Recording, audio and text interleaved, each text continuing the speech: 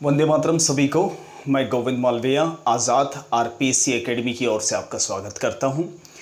राजस्थान के अध्ययन की भौगोलिक सीरीज के अंदर आज हम एक बहुत ही महत्वपूर्ण वीडियो लेकर आए हैं जो भूगोल और इतिहास दोनों ही दृष्टिकोण से राजस्थान के कंपटीशन में बहुत ही महत्वपूर्ण होगा। इसके अंतर्गत आज हम पढ़ने वाले हैं राजस्थान के भौगोलिक उपनामों के बारे में कि राजस्थान के अलग अलग एरिया को किस किस नाम से जाना जाता है, वो सारी चर्चाएं इस टॉपिक में हम करेंगे।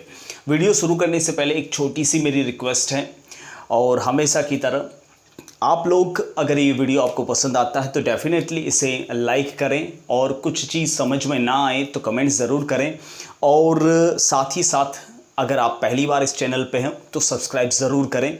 अगर आप लाइक करोगे, सब्सक्राइब करोगे तो मेरा भी हौसला बढ़ेगा, और डेफिनेटली ऐसे ऐसे बहुत सारी महत्वपूर्ण वीडियो मैं आपके लिए लेकर आऊँगा।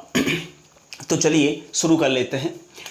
देखिए, राजस्थान के अलग अलग इलाकों में अलग अलग उपनामों से जाना जाता है राजस्थान को। मैंने पहले से मैटर प्रिपेयर कर रखा है ताकि हमारा थोड़ा काम आसान हो जाए। देखिए, राजस्थान के अलग अलग क्षेत्रों में अलग अलग नाम से जाना जाता है राजस्थान। सबसे पहले बात करें योधेय प्रदेश की, तो योधेय प्रदेश जो है वह गंगानगर और हनुमानगढ़ वाला इलाका कहलाता है। गंगानगर और हनुमानगढ़ वाला क्षेत्र जो होता है उसे योधेय प्रदेश कहा जाता है। ठीक है। देखिए, कई बार सवाल आते हैं, एक और क्षेत्र दे दिए जाते हैं, दूसरी ओर उनका उपनाम दे दिया जाता है। आपको पूछा जाता है कि निम्न में से कौन सा पद सही है, कौन सा गलत है। मान लीजिए एक और क्षेत्र दे दिए योधेय और दूसरी ओर उनकी लोकेशन दे दी, तो आपको सही या गलत पद का चुनाव करना होता है, या मिलान करने से रिलेटेड अक्सर ज्योग्राफी में ऐसे सवाल आते हैं। ठीक है। और एक आध सवाल फाइनल है, ऐसा रहता है, इसलिए ये काफ़ी महत्वपूर्ण वीडियो है। यहाँ से एक सवाल आपका फाइनल समझिए ज्योग्राफी के हिसाब से। ठीक है। और रीट में भी बहुत सारे ऐसे जनपद दे रखे हैं जो आपको पढ़ने होते हैं, लेकिन आप जनपदों में ज़्यादा से ज़्यादा क्या पढ़ते हो? आप पढ़ते हो शिवी जनपद हो गया, मालव जनपद हो गया, मत्स्य जनपद हो गया, ऐसी चीज़ें पढ़ते हो। लेकिन इतने सारे, ये सारे के सारे जनपद ही हैं एक तरह से, तो इतना सारा मैटर आपको पढ़ना पड़ेगा। दूसरा है शेखावटी प्रदेश। शेखावटी प्रदेश जो है चूरू, सीकर और झुंझुनू वाला क्षेत्र कहलाता है। इस क्षेत्र को बांगड़ क्षेत्र भी कहा जाता है। यहाँ बांगड़ का रेगिस्तान है शेखावटी प्रदेश, जिसमें चूरू, सीकर और झुंझुनू वाला क्षेत्र आता है। तो ये राजस्थान के इस क्षेत्र में पड़ता है। ठीक है। तीसरा क्षेत्र है नाली, जिसको पाट भी कहते हैं। नाली या पाट, जिसे घग्गर नदी का पाट कहा जाता है। घग्गर नदी का जो अफवाह क्षेत्र है वह कहलाता है नाली या पाट, जो इस क्षेत्र में स्थित है। ठीक है, जस्ट नीचे। नेक्स्ट है तोरावटी बेसिन। तोरावटी बेसिन जो है वह कांतली नदी का हिस्सा कहलाता है, और कांतली नदी जो है वह सीकर और अजमेर के आसपास बहती है, इसलिए ये वाला क्षेत्र यहां पर होगा। देखिए, कभी कभार ज्योग्राफी में इस तरह से भी सवाल आते हैं, 4 ऑप्शंस दिए जाते हैं और उन क्षेत्रों का नाम लिख लिया जाता है और पॉइंट दे दिए जाते हैं 1 2 3 4, ऐसे आपको मिलाने होते हैं। ठीक है। ऐसे सीधा दे दिया कि 1 2 3 4 ये वाला क्षेत्र कौन कौन सा कहलाएगा, तो आपको उसमें से सेलेक्ट करना होता है। नेक्स्ट क्षेत्र है वलमांडल, जिसको मांड क्षेत्र भी कहते हैं। यह जैसलमेर वाला इलाका है जो इस क्षेत्र में पड़ता है। ठीक है। नेक्स्ट है तमणी। तमणी बाड़मेर का प्राचीन नाम है जो आपको इतिहास में अक्सर मिलेगा। यहाँ पर इसकी स्थिति है, लोकेशन है थोड़ा सा और ऊपर, जैसलमेर की जस्ट सटा हुआ तमणी क्षेत्र यानी बाड़मेर। नेक्स्ट है थड़ी। थड़ी लिखा जाता है इसको थड़ी, राजस्थानी लैंग्वेज हड़। ठीक है। इसमें बीकानेर, चूरू और गंगानगर वाला क्षेत्र कहलाता है थड़ी क्षेत्र, जिसमें बीकानेर, चूरू और गंगानगर ये वाला पूरा क्षेत्र थली कहलाता है। ठीक है। इसके अलावा बीकानेर को जंगलू प्रदेश भी कहा जाता है या जांगल भी कहा जाता है, जो बीकानेर और उत्तरी जोधपुर का नॉर्थ हिस्सा इसके अंदर शामिल है, जो है आपका जंगलू प्रदेश कहलाता है यहाँ पर। ठीक है। अहिछत्रपुर कहा जाता है नागौर को। नागौर का प्राचीन नाम है अहिछत्रपुर। ठीक है। इसके अलावा नेक्स्ट है गुर्जरात्रा प्रदेश। गुर्जरात्रा प्रदेश जो मोटे तौर पर अगर इतिहास की चर्चा करें तो गुर्जर प्रतिहारों की वजह से जाना गया, और गुर्जर प्रतिहारों की प्रारंभिक राजधानी थी मंडोर, और प्रारंभ में यह क्षेत्र जो है वह नागौर से लगाकर ठेठ भड़ोच तक यानी आधा गुजरात और आधा राजस्थान तक फैला हुआ था।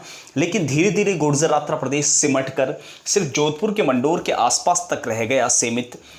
तो इसकी लोकेशन है जोधपुर के आसपास यहाँ पर, ठीक है। नेक्स्ट है अनिलवाड़ा। अनिलवाड़ा माउंट आबू का पुराना नाम है, जिसे अर्बुद पर्वत क्षेत्र भी कह सकते हैं। ये है आपके दक्षिणी सिरोही में, इस क्षेत्र में। नेक्स्ट है मरुवाड़ या मारवाड़। यह जोधपुर, नागौर और पाली का उत्तरी हिस्सा, साथ में बीकानेर, जैसलमेर और बाड़मेर वाला क्षेत्र भी शामिल है। ये पूरा जो हिस्सा है यह मरुवाड़ या मारवाड़ क्षेत्र कहलाता है, ठीक है। नेक्स्ट है गोडवाड़। गोडवाड़ के अंतर्गत दक्षिणी पाली आता है, जिसमें बाली, सुमेरपुर वगैरह ये तहसीलें आती हैं। इसके अलावा सिरोही का उत्तरी हिस्सा और जालोर का जो है वह पूरा पूर्वी हिस्सा जो है वह आता है। ये लूणी का अफवाह क्षेत्र है, वह कहलाता है गोडवाड़, ठीक है। नेक्स्ट है मांडव्यपुर। मांडव्यपुर मंडोर का पुराना नाम है। जोधपुर के पास में मंडोर जगह है, उसका पुराना नाम है मांडव्यपुर। नेक्स्ट है नाडुल्य। नाडुल्य नाडोल का पुराना नाम है, जो चौहानों की राजधानी हुआ करती थी प्रारंभ में, जो पाली जिले के अंतर्गत पड़ती है। नेक्स्ट है मालानी। मालानी एक तरह से बाड़मेर का एक तहसील हेडक्वार्टर है, जिसे गोड़ा मालानी कहते हैं, और यहीं पर एक प्रसिद्ध लोक देवता हुए थे मल्लीनाथ जी। तो मालानी इस क्षेत्र को कहा जाता है, और इस यहाँ के घोड़े भी काफ़ी फेमस हैं। शिवी मेवाड़ वाला क्षेत्र कहलाता है, और मेवाड़ के अंतर्गत उदयपुर, चित्तौड़, राजसमंद, प्रतापगढ़ और भीलवाड़ा का जो है वह पश्चिमी हिस्सा इसके अंदर शामिल है। नेक्स्ट है अर्जुनायन। अर्जुनायन जो क्षेत्र है वह उत्तरी जयपुर से लगाकर दक्षिणी अलवर वाला क्षेत्र जो है वह अर्जुनायन प्रदेश कहलाता है, ठीक है। ये वाला बेल्ट अर्जुनायन। नेक्स्ट है मालव। मालव टोंक के आसपास वाला क्षेत्र जो है वह मालव जनपद हुआ करता था, जो गुप्त काल के आसपास था। नेक्स्ट है कांठल। कांठल जो माही नदी का जो वह क्षेत्र है, मैदानी हिस्सा है, उसे कांठल कहा जाता है, और माही नदी को कांठल की गंगा भी कहा जाता है। नेक्स्ट है भूमठ। भूमठ है वह दक्षिणी सिरोही का साउथ हिस्सा, उदयपुर और डूंगरपुर के जो पर्वतीय इलाके हैं उसे कहा जाता है भूमठ, और ये भूमठ का एक तरह का पर्वतीय क्षेत्र है। नेक्स्ट है राठ। राठ जो हरियाणा के आसपास, जो हरियाणा से सीमा से सटा हुआ जो इलाका है, उसको राठ क्षेत्र कहा जाता है। नेक्स्ट है मेवात। मेवात जो है वह अलवर और भरतपुर वाला क्षेत्र कहलाता है, वह कहलाता है मेवात, ठीक है। नेक्स्ट है ढूंढाड़। ढूंढाड़ जो एक तरह से पहले मोटे तौर पर जयपुर और दौसा वाला इलाका था, जब प्रारंभ में कछवाओं की राजधानी हुआ करता था आम्बेर, लेकिन बाद में धीरे धीरे सिमटकर जयपुर के आसपास वाला इलाका है वह रह गया, उसे ढूंढाड़ कहा जाता है। नेक्स्ट है मेवल। मेवल जो है बांसवाड़ा और डूंगरपुर के बीच में जो पर्वतीय इलाका है उसे कहा जाता है मेवल। नेक्स्ट है वागड़। वागड़ या इसको वागवर भी कहा जाता है। बांसवाड़ा और डूंगरपुर का जो मैदानी इलाका है उसे वागवर या वागड़ कहा जाता है, और लेकिन बांसवाड़ा और डूंगरपुर का जो पर्वतीय इलाका है उसे मेवल कहा जाता है। बांसवाड़ा और डूंगरपुर में दो इलाके हैं, एक पर्वतीय इलाका जिसे मेवल कहा जाता है, और एक मैदानी इलाका उसे वागड़ कहा जाता है। नेक्स्ट है व्याघ्रवाट। व्याघ्रवाट जो है वह उदयपुर प्रतापगढ़ का सीमावर्ती क्षेत्र कहलाता है। उदयपुर और प्रतापगढ़ का यह जो सीमावर्ती क्षेत्र जो बाउंड्री पर है उसे कहा जाता है व्याघ्रवाट, और इसी के अंदर 56 के जंगल भी हैं, ठीक है। नेक्स्ट है मालवा। मालवा जो क्षेत्र है वह मोटे तौर पर मध्य प्रदेश का हिस्सा है, लेकिन इस वाले क्षेत्र जिसके अंतर्गत प्रतापगढ़, झालावाड़ और थोड़ा बहुत चित्तौड़गढ़ का इलाका आता है उसे मालवा क्षेत्र कहा जाता है। देवलिया प्रतापगढ़ का ही पुराना नाम है, जो मेवाड़ रियासत का पहले हिस्सा हुआ करता था। नेक्स्ट है भोराट। भोराट का एक पठार है जो कुंभलगढ़ और गोगुंदा के मध्य पड़ता है, और इसी भोराट के पठार को देश हरो भी कहा जाता है। देश हरो जो हमेशा सदा हरा भरा रहता है, ठीक है। नेक्स्ट है ऊपरमाल। ऊपरमाल बिजोलिया का प्राचीन नाम है, लेकिन बिजोलिया जो जागीर थी, अभी वर्तमान में बिजोलिया जो सिटी है, कस्बा है, वो तो भीलवाड़ा के अंदर है, लेकिन बिजोलिया जो पूरी जागीर थी वह चित्तौड़गढ़ और भीलवाड़ा दोनों में सम्मिलित थी, इसलिए ऊपरमाल वाला जो इलाका है वह भीलवाड़ा और चित्तौड़गढ़ दोनों में माना जाएगा। नेक्स्ट है हाड़ौती। हाड़ौती कोटा, बूंदी, बारां और झालावाड़ वाला क्षेत्र कहलाता है, उसे हाड़ौती कहते हैं। नेक्स्ट है डांग क्षेत्र।